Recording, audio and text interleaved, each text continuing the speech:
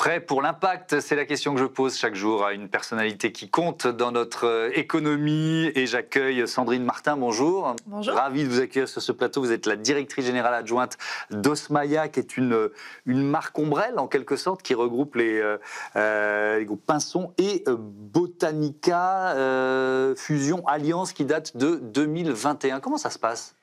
Ça se passe très bien. Oui. Donc, Osmaya, effectivement, c'est une nouvelle marque qui a été créée en 2023, toute récemment, pour justement créer un élan collectif après l'alliance de deux grands groupes de l'espace vert en France, qui elle-même avait aussi un certain nombre de filiales. Et cette marque Osmaya est née de la rencontre, de la combinaison de deux mots assez forts qui sont osmose et Gaïa. Gaïa, c'est la planète La Terre. Terre, oui, la Terre Et donc originelle. l'idée est simple, c'est d'harmoniser, de rendre harmonieux la relation de la nature et de l'homme. Quels sont vos métiers, si on devait présenter Osmaya en quelques mots? Alors le groupe Osmaya articule son activité autour de trois métiers: l'entretien des espaces verts, la création d'espaces verts et une activité importante qui est le génie écologique, qui donc répond aux problématiques de compensation écologique et de transition écologique. Évidemment, on en parlera longuement de cette notion de génie écologique dans cette émission, dans ce grand entretien. Alors, c'est deux groupes, plusieurs marques, mais c'est une expérience qui est plus que centenaire. Ça va même plus au-delà de ça, 120, 130 ans, c'est ça? Exactement. Pinson Paysage est né donc il y a plus de 130 ans. Donc c'est vraiment une histoire séculaire. Et puis au fur et à mesure, le groupe grandit avec toutes les problématiques au fil du temps, toutes les problématiques environnementales qui viennent s'y greffer. Et puis aujourd'hui, c'est un groupe. Alors il y a effectivement un certain nombre de marques au sein du groupe.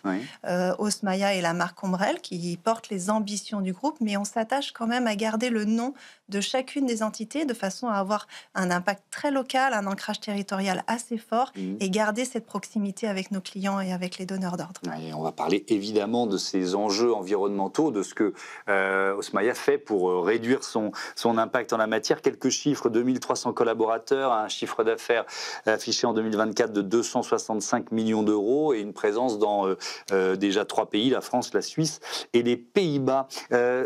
Donc sur le réchauffement, tiens, est-ce que vous avez formé vos 2300 collaborateurs à ces enjeux de réchauffement climatique? Est-ce que vous vous êtes dit il faut qu'ils passent par la fresque pour le climat, ou est-ce qu'il y a des programmes de formation? Oui, effectivement, tous nos collaborateurs sont sensibilisés. Donc, il y a un programme de formation interne de sensibilisation. On a fait effectivement la fresque de la biodiversité, notamment. Cette année, on est déjà à 1500 heures de formation et plus de 400 collaborateurs qui sont formés sur les sujets de biodiversité, même si ce n'est pas forcément leur métier premier. Mais en tout cas, tous les collaborateurs sont acculturés à ce sujet-là. Et on accompagne aussi nos clients sur la sensibilisation à la biodiversité et le monde des plus petits avec l'accompagnement des écoles. Ah d'accord, des enfants. Parce qu'on pourrait se dire que par essence, un groupe qui crée des espaces verts, il est sensibilisé à la biodiversité. Il n'y a pas besoin vous voyez ce que je veux dire? Il n'y aurait pas besoin de former les collaborateurs puisqu'on crée des espaces verts. Oui, mais la biodiversité, c'est quelque chose d'extrêmement technique, c'est scientifique. Il faut vraiment observer la nature. Et puis, c'est un métier à part entière. Donc, on peut avoir de l'information, mais pour autant, c'est intéressant d'aller plus loin. Oui, et puis ça veut dire aussi qu'on peut créer des espaces verts qui sont plus ou moins engagés dans la façon dont on les gère, les administratifs. On peut être plus ou moins vertueux, j'imagine aussi. Exactement, il y a des espaces verts qu'il faut entretenir. L'entretien est aussi important que l'espace créé, puisque c'est grâce à l'entretien, la durabilité de cet entretien, qu'on obtient des espaces verts qui soient des lieux de vie tout au long d'une longue période. Est-ce que déjà, alors il y a plusieurs questions, il y a la question par exemple des intrants, des produits chimiques. Je voudrais commencer par le choix des essences, de ce qu'on plante dans ces espaces verts. Est-ce que, à quel point il est important, et est-ce que vous avez évolué justement en tenant compte de ces enjeux de biodiversité? En tenant compte des enjeux de biodiversité et aussi d'adaptation climatique. De réchauffement, puisque, effectivement, le choix des végétaux est important, avec une préférence pour les végétaux locaux, avec des végétaux qui s'adaptent convenablement. Et puis également l'adaptation et le référencement de l'état du sol, du terrain, de l'exposition, etc., pour pouvoir adapter au mieux et que ça soit durable, encore une fois, dans le temps. Ouais. Et alors, sur les intrants, sur les produits chimiques, est-ce qu'on peut réduire, et est-ce que vous avez un programme de réduction d'utilisation de ces produits chimiques dans les espaces verts? L'idée, c'est de faire le plus naturel possible. Ouais. Hein, Mais est-ce que c'est toujours puis, possible, justement? il y a des techniques qui le permettent. Ouais. Il faut absolument les réduire, voire ne pas du tout s'en servir. Mmh. Et puis, trouver des techniques de lutte biologique intégrée, par exemple, où on intègre des prédateurs pour venir à bout de certains insectes qui peuvent ennuyer. C'est une demande de vos clients de plus en plus importante, ça? C'est une demande des clients, c'est aussi un conseil que l'on se doit, nous, en étant des professionnels du métier, de proposer des solutions paysagères qui soient adaptées. Ouais. Est-ce que, alors on a parlé des essences, on a parlé des intrants, l'eau, l'usage de l'eau, parce que par définition, c'est assez consommateur en eau, j'imagine, un espace vert. Donc, comment vous avez là aussi réfléchi et agi pour réduire votre impact? Alors, l'eau d'arrosage est quelque chose qui peut se maîtriser avec une gestion technique, une gestion centralisée de l'arrosage automatique, où on adapte les besoins en eau en fonction des besoins de la plante. On gère aussi et on surveille les fuites, puisque un certain nombre d'eau perdue vient de ces fuites enterrées et pas gérées. Et puis, encore une fois, l'adaptation du végétal en fonction du climat, de façon à pouvoir réduire au maximum l'eau d'arrosage. Ouais. Est-ce qu'on est... Oui, allez-y. Mais il est nécessaire, l'eau d'arrosage, c'est-à-dire qu'arroser est nécessaire pour faire grandir les plantes bien aussi sûr. et pour les faire vivre. Ça, sans doute, il y a un seuil minimum, mais avec un certain nombre d'options. La France a longtemps été très en retard en matière de réutilisation des eaux grises, etc. Est-ce que vous voyez les progrès ou est-ce que c'est encore difficile de faire changer les mentalités là-dessus? Est-ce qu'on continue d'arroser avec de l'eau potable, quoi? Oui, en France, oui. En France, oui. Ce qui n'est pas logique. C'est pas logique, non. Mais il y a tout un... En fait, il faudrait considérer les espaces verts comme une infrastructure à part entière, comme les routes, comme les réseaux d'eau, comme toutes ces infrastructures, et se dire que c'est une infrastructure qui bâtit les paysages de demain, les paysages durables de demain, et le considérer de la même façon. Donc avec des intrants qui doivent être adaptés aussi, avec de l'eau peut-être pas potable, de l'eau recyclée. Mais ça veut dire que si une ville veut le faire, il faut qu'elle adapte ses infrastructures, c'est ce que je comprends en fait. Qu'elle les adapte, oui. Qu'elle trouve des solutions pour que ça puisse être possible. Ouais, effectivement. Donc là, il y a une marge de progression qui est encore importante. Une citation, on aime bien s'appuyer sur une citation dans ce grand entretien. Vous dites « Le métier de paysagiste est un métier qui a du sens, de l'avenir et qui n'est pas remplaçable ». En lisant ça, je me suis dit « Tiens, voilà un métier qui n'est pas concerné par la révolution de l'intelligence artificielle ». C'est vrai ou pas? Sur le métier en tant que tel, effectivement. On fait rentrer de l'intelligence artificielle, comme dans tous les métiers, avec de l'innovation, de la technicité, des choses qui vont beaucoup plus vite, parce qu'on se fait aider, accompagner par cette intelligence artificielle. Mais le jardinier, il n'est pas remplaçable. Le jardinier, c'est le maître de l'art, c'est celui qui va investir le terrain, qui va observer la nature et qui va pouvoir la faire grandir. Donc, c'est un métier qui a du sens, c'est un métier qui continuera d'évoluer, et puis c'est surtout un métier d'avenir, puisque avec la transition écologique, l'adaptation climatique, ce sont des métiers qui peuvent vraiment, on peut faire carrière dans le paysage. Ouais. Ça veut dire que vous imaginez pas des robots jardiniers? Ça fait pas partie des pistes dans toute grande entreprise. On travaille sur l'innovation, on essaye de se projeter vers l'avenir. Ça fait pas partie de vos pistes? Des robots jardiniers. Il y a quelques solutions, évidemment, sur des choses qui sont très simples, comme des surfaces très planes, où on peut introduire des robots tondeuses, évidemment. Mais c'est quand même difficile d'aller faire de beaux jardins avec des tailles très ornementales et très jolies, sans la main de l'homme. Vous la rassurez. Vous parlez de génie écologique, on l'a évoqué tout à l'heure. Déjà, de quoi on parle? C'est quoi le génie écologique? Le génie écologique, c'est ce qui va permettre d'adapter le site et de réintroduire la biodiversité, donc la faune, la flore, sur un site qui est soit un site qu'on va rénover parce que c'est un site qui est pollué, soit un site qu'il faut réadapter, soit un site qui a évolué en fonction des évolutions climatiques ou de l'urbanisme, par exemple. Vous pouvez prendre, je sais pas, un exemple récent de projet d'espace vert que vous avez créé, peut-être justement à partir d'un site dont c'était pas l'usage et qui est devenu un espace vert dans une ville. Alors moi j'ai un exemple en tête à Paris, mais qui est peut-être pas sur lequel vous travaillez pas forcément. Mais vous voyez ce que je veux dire? C'était un parking, ça devient un espace vert. Oui, alors ça, on l'a pas très loin d'ici, hein, avec quelques forêts urbaines aussi qui sont créées. Mais on a aussi un très beau site sur lequel on a travaillé et qu'on continue de travailler. C'est un site au sud de Paris qui s'appelle La Bassée, sur lequel il y a une opération de génie écologique et de compensation écologique, qui est un site qui est aménagé pour pouvoir faire face aux crues de la Seine. Donc, il y a tout un aménagement qui fait 2300 hectares. Le projet global fait 2300 hectares. La première phase, qui est une phase projet, fait 360 hectares avec une digue qui fait 8 km autour et qui va permettre de stocker l'eau des crues de la Seine en cas d'inondation pour protéger Paris. Très intéressant. Alors, le principe de cette émission, c'est que l'invité du grand entretien pose une question à l'invité de la semaine suivante. La semaine dernière, c'était Mathieu Hetzer, le président du Centre des jeunes dirigeants qui était à votre place. Voici sa question. Bonjour Sandrine, une petite question pour vous. Comment vous voyez les choses chez Osmaya pour réconcilier l'économie et la biodiversité ? Alors, elle est très vaste, cette question, mais derrière ça, j'entends souvent, parce que ça fait partie des thèmes récurrents, que les investissements qu'on fait en matière de biodiversité ou de réduction de son impact ne sont pas forcément des vecteurs de croissance. Comment vous percevez cette question-là ? La difficile alliance entre l'investissement et le retour sur investissement. C'est ça.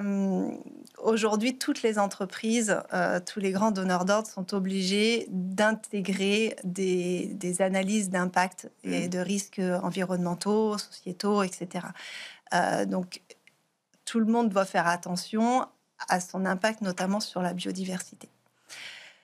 Lier l'économie à la biodiversité, je crois que c'est tout simplement une question aussi de durabilité. C'est que tous les acteurs économiques doivent prendre en considération la nature, l'impact environnemental de leur activité et la biodiversité. C'est un excellent... Alors la biodiversité, c'est la faune, la flore, mais ça peut être aussi beaucoup plus large. C'est un excellent moyen aussi, canal de communication dans les entreprises, de parler de biodiversité, de parler de végétalisation, des parkings, des zones de pause, etc., pour justement amener du lien social. Donc derrière biodiversité, il y a tout un enchaînement de sujets qui peuvent être des sujets transverses à mener dans une entreprise et qui amènent forcément un retour sur investissement ou en tout cas une valeur importante pour l'entreprise. Et alors, ça nous amène à un sujet qui concerne pas seulement Osmaya, qui est beaucoup plus vaste. C'est évidemment le sujet du bilan extra-financier, de la CSRD, avec un projet de simplification des règles au niveau européen. Alors, c'est vrai qu'on a reçu, nous, ici, beaucoup de chefs d'entreprise qui nous disaient c'est bien, mais c'est trop compliqué, 800 pages, on n'y arrive pas, etc. Bon, moi je peux entendre l'argument de la nécessaire simplification, sauf que là on a un peu le sentiment que la simplification c'est surtout devenu une réduction de l'ambition. Comment vous le ressentez ça ? Oui, effectivement, ce ralentissement, c'est quelque part les entreprises qui n'avaient pas encore engagé la démarche se sentent rassurées parce qu'elles se disent je vais le reporter plus tard. En revanche, pour toutes les entreprises qui étaient déjà dans le processus de CSRD ou de VSME, pour parler avec les nouveaux termes, elles se sentent de toute façon en marche pour aller jusqu'au bout et tenir leur ambition. Est-ce que c'était votre cas ? C'est notre cas. Ouais. Donc vous avez rempli votre premier bilan CSRD, vous l'avez déjà fait ?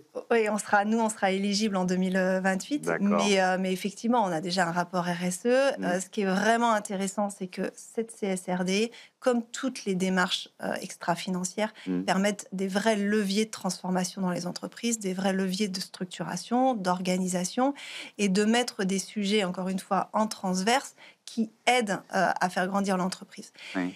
Et puis dans la CSRD, il y a quand même une notion qui est hyper importante, c'est qu'on fait entrer la biodiversité, on fait entrer la nature dans les comptes, on fait entrer les enjeux environnementaux.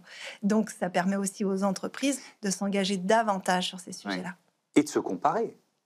Est-ce que vous le voyez aussi comme un outil de benchmarking, de comparaison avec vos concurrents ou vis-à-vis de vos clients potentiels, par exemple? Je crois qu'il ne faut pas se comparer. Il faut pas l'utiliser comme ça, non? Non, il faut l'utiliser comme un moyen d'action interne et externe, comme un moyen d'embarquer toutes les parties prenantes de l'entreprise dans cette démarche globale, complètement holistique, pour justement faire avancer ces sujets environnementaux, mais aussi sociaux, sociétaux, climatiques et tout ce qui s'ensuit. Oui, on va parler de sujets sociétaux dans un instant, mais est-ce que vous le trouviez trop compliqué, la structure telle qu'elle était proposée de ce bilan extra-financier? Le nombre de données à récolter était vraiment effectivement assez lourd. Le faire par étapes est essentiel. Il faut prendre des grands sujets, des grands enjeux, après avoir fait l'analyse de double matérialité, bien identifier les priorités pour l'entreprise, parce qu'avant tout, ça doit servir à l'entreprise. Il ne s'agit pas de faire un rapport pour diffuser un rapport qui probablement n'est pas toujours lu jusqu'à la fin, mais vraiment de s'en servir pour faire avancer les sujets et structurer les sujets en interne. Ça veut dire un point d'étape, d'une certaine façon. On en est là et voilà vers où on veut aller, c'est comme ça? Oui. Établir une chronologie, identifier peut-être en interne des comités de pilotage, c'est ce que l'on a mis en place chez Osmaya, des comités de pilotage sur la CSRD, des comités de pilotage sur le carbone, l'empreinte carbone, d'autres sur les achats responsables, pour justement faire avancer pas à pas ces sujets-là et bien les intégrer, que ça soit solide dans la politique générale de l'entreprise. Quand on parle d'enjeux environnementaux, effectivement d'objectifs qu'une entreprise peut se donner, il y a toujours la question de savoir si on se base sur la science ou pas. C'est encore un degré d'exigence supplémentaire. Dans un métier comme le vôtre, vous vous entourez forcément de scientifiques, de spécialistes pour définir justement des objectifs? Oui, alors en interne, on a des équipes très techniques, très expertes sur certains sujets, et puis sur d'autres, on s'allie effectivement avec d'autres experts et d'autres scientifiques. Par exemple des écologues, des bureaux d'études, des écologues, des scientifiques, des gens qui vont amener du savoir pour pouvoir trouver la meilleure solution paysagère pour le client. Est-ce qu'on conçoit un nouvel espace vert très différemment aujourd'hui d'il y a 15 ans, 20 ans? Ou est-ce que finalement, ça reste quand même les bases restent un peu les mêmes? Oui, mais la finalité est différente. La finalité est différente. Aujourd'hui, on a un sujet déjà de revégétaliser les villes, les cours d'école. C'est le cas, par exemple, à Paris, avec ce grand projet des cours oasis dans les écoles où on déminéralise les cours pour réinstaller la végétation et mettre des arbres. Il y a une finalité climatique, de réussir à diminuer la température, notamment en cas de forte chaleur. Et puis, il y a un enjeu aussi de lien social, de faire en sorte que ces parcs, ces jardins soient vraiment un lieu de rencontre, un lieu de sport, un lieu de jeu, pour vraiment remettre du lien social. Alors, peut-être que c'est ça qui change par rapport à il y a 20 ans. Le lien social est un peu différent aujourd'hui. Vous parliez des écoles, vous l'avez évoqué tout à l'heure, il y a une logique aussi de pédagogie, donc un programme à destination des enfants, c'est ça? Oui, tout à fait. On emmène sur une de nos pépinières, on emmène des enfants pour découvrir effectivement comment la nature évolue, leur faire découvrir les insectes, les animaux, tout ce qui fait vivre la faune et la flore, pour qu'ils aient un regard émerveillés, pour que la nature les émerveille et qu'ils aient envie à leur tour ensuite de la défendre. Et que ce soit des vecteurs d'évolution vis-à-vis des parents ou des grands-parents. Ensuite, il y a un sujet qui vous tient à cœur, c'est celui de la santé mentale. On va prendre le temps de s'y arrêter pendant plusieurs minutes, Sandrine Martin. Pourquoi déjà, il y a les semaines d'information sur la santé mentale qui viennent tout juste de s'achever. Déjà, pourquoi vous vouliez en parler? Moi, spontanément, j'aurais peut-être pas pensé à vous poser des questions sur la santé mentale. Je suis convaincue qu'un espace vert, mais ne serait-ce qu'une petite fleur sur un balcon, permet d'enjoliver la journée. Aujourd'hui, il est vraiment démontré, il y a une étude, c'est Marc-André Sellos qui en faisait mention il y a quelque temps. Il y a une étude qui a été faite auprès de plus de 2 millions d'habitants au Pays de Galles, qui montre que à partir du moment où un habitant est à plus de 360 mètres d'un espace vert, c'est-à-dire qu'il ne voit pas d'espace vert, sa santé mentale, ou en tout cas le risque de dépression, augmente de 5%. Donc il y a un sujet entre la sérénité qui peut apporter un espace vert, la vue d'un arbre, toute cette nature qui amène quelque chose de frais, et le bien-être de l'habitant, du citoyen. On le voit également sur les écoles. Une autre étude a été réalisée à Barcelone en montrant que si les enfants jouent dans une cour végétalisée, la concentration de l'enfant peut augmenter de 20 à 65%. Donc c'est vraiment important de se dire qu'on ne peut pas se séparer en fait de la nature. Quand on dit osmaya, c'est l'harmonie, c'est de remettre l'harmonie entre la nature et l'être humain. C'est vraiment ça, c'est de refaire cette combinaison complète que la nature est essentielle. Est-ce que c'est un discours, une prise de conscience qui existe aussi chez les entrepreneurs, dans les entreprises? C'est-à-dire mettez des plantes, mettez de l'espace vert chez vous. Effectivement. Ça commence ouais. Dans les sièges sociaux, par exemple, dans les grands espaces. Il y a de plus en plus, déjà, il y a les salariés eux-mêmes le demandent, d'avoir des cafétérias qui soient un peu plus végétalisées. Et puis, il y a aussi le sujet d'impact environnemental, c'est-à-dire qu'autour d'une entreprise, d'une usine, les parkings doivent être... pour la plupart avec un sol perméable. Il faut réintroduire des haies. Voilà, ça fait partie aussi de leurs engagements environnementaux que de faire en sorte qu'il y ait un équilibre de nature et biodiversité. Est-ce que vous avez beaucoup de clients privés, ou est-ce que c'est essentiellement les collectivités locales quand même qui